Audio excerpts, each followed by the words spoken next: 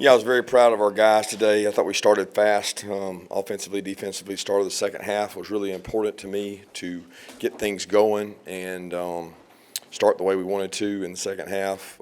Special teams, I thought we were fast, played a lot of players on special teams. It's a weapon for us, blocking the punt, some of the punt returns.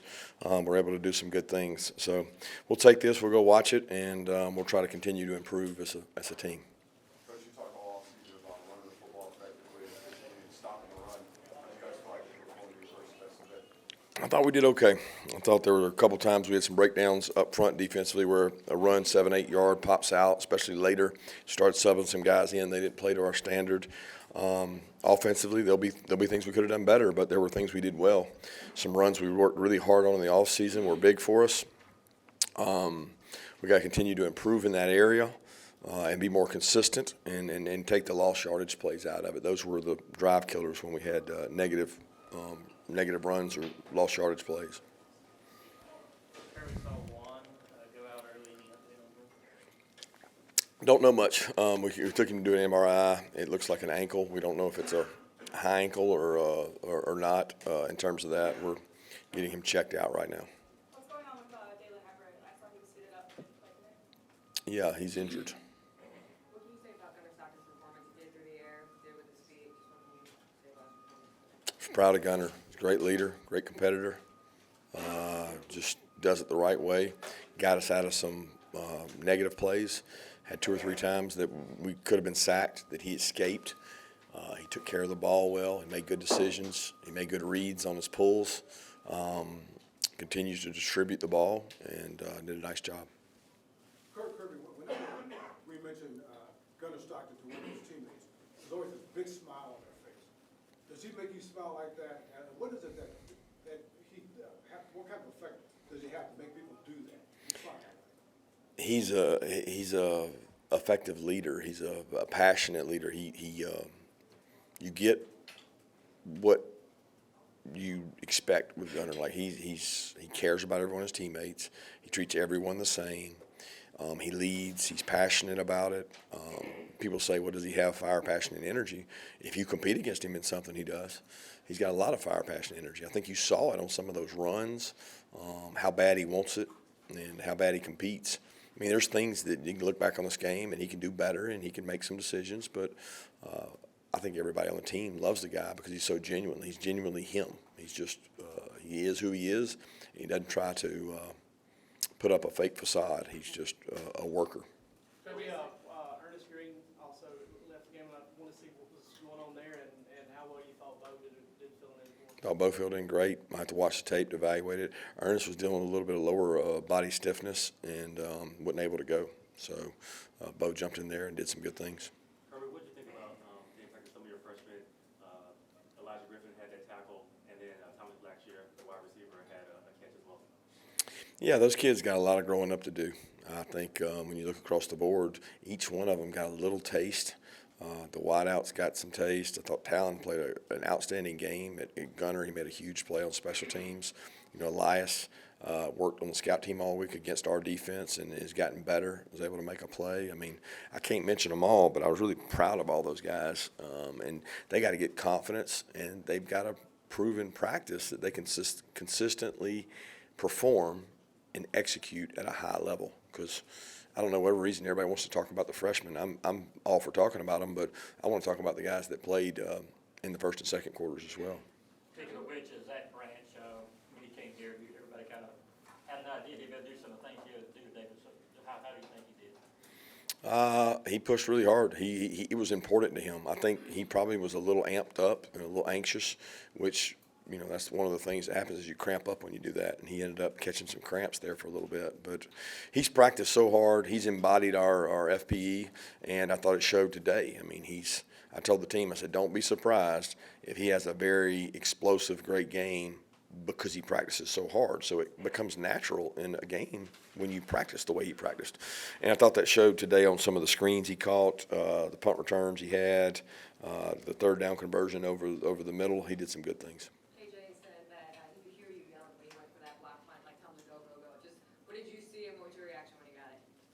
Yeah, I didn't know who got it out of him and Cash. I know that it was schemed for Cash or him to be free, and they worked really hard on that. Coach Benedict and his staff did an awesome job putting that together and worked really hard on it. And I was proud of KJ because he's important to KJ. He stays after practice to work on things like that.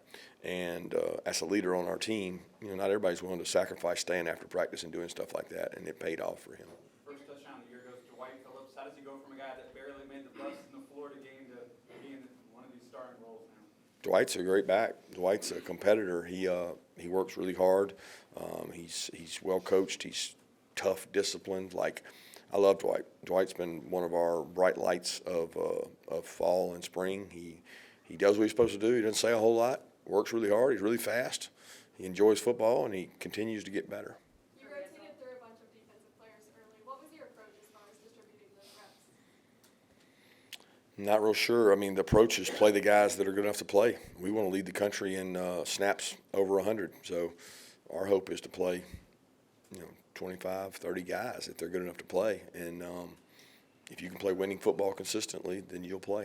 Kirby, I saw a sweet moment after the game between your wife and your mom. I believe this is the first win since your dad passed away. Just what did that mean to see them and to experience that today? It was great. It's great anytime you get to see family after a game. We only get to do these things 12 times a year, less than that sometimes, less than that at home. So you better enjoy them. If you can't enjoy them, like, why do you play the game? And that's what I told the players, is you got to enjoy it. You got to embrace it. It was emotional for her. First game she's been to without my dad, so it was an emotional moment for her for sure. Christian was saying he felt like defense played with the fire, passion, and energy today. How would you grade that level of enthusiasm on that side of the ball, especially? I think that team was overmatched a little bit, but that's beyond our control. All we can measure is how hard we play. We talked about how many plays we would have, 11 hats outside the hash, and that's a measurement for us. And I know the first couple plays we had all 11 hats all the way outside the hash where the ball was. But we'll judge that by watching the tape, right? I'm not going to sit here and say that we played as hard as we could because I don't know that. Guys got hot. I thought we got a little tired, both sides of the ball, and so did they. You're affected by that heat, and we got to do a good job be the best conditioned team.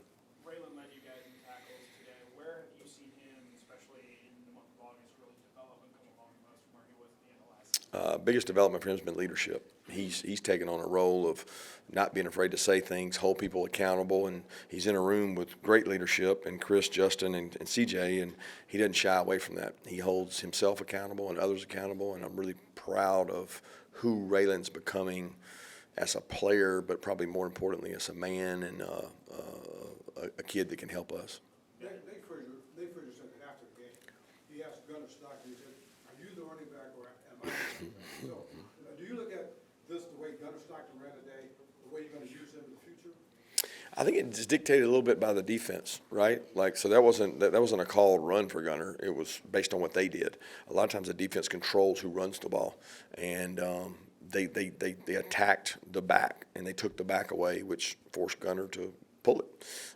And we got to have answers for that because they had a guy standing there unblocked. The guy just didn't tackle him. So the idea is if you can use the quarterback to run the ball, it adds an extra element and it makes it harder to stop the run. You're seeing that across college football. I saw it last night last night, Auburn game, Georgia Tech game. When you got a quarterback that can run, guys, it's running the ball is easier than throwing the ball. But running the ball in some conferences is harder than others. There are no free yards in football. You earn everything you get. So when you have the extra element, it certainly helps. But you got to be smart about it too. Where do you feel like Gunnar Stockton is as a pure passer right now? Define pure passer. What does that mean? Just purely as a passer through the air, where do you feel like he is right now in terms of where you want him to be? Well, it depends on how much we have to pass him. You know what I mean? Like he's really good on the run. He scrambles, makes plays, he extends plays. He does a great job navigating the pocket. Understands where he has to go with the ball. Certainly think he could improve as a running quarterback, a boot and naked quarterback, a play action quarterback, and a drop back quarterback. But he distributed the ball well today, and that'll be a measure of decision making he has to do all year. You guys had a lot of tight ends out there today. What did you see from that group, and how impactful can they be with that amount of depth, kind of keeping everybody fresh? I'm excited about them. I want to watch and look how they played. You know, we put some guys in position to make blocks. I saw some of those guys miss blocks. So, you know, we got to find the best ones that do the best job, and we got to find the best personnel groupings that give us the best chance. So I judge things based on, can you break a tackle? So did anybody break a tackle? Can you block people at the point of attack? Did anybody block people at the point of attack? And if you do neither, then you're not actually benefiting us. And I'm not saying they're not, but I'm saying let's watch it and see, because we don't just call plays to run plays. We want to get the best playmakers on the field.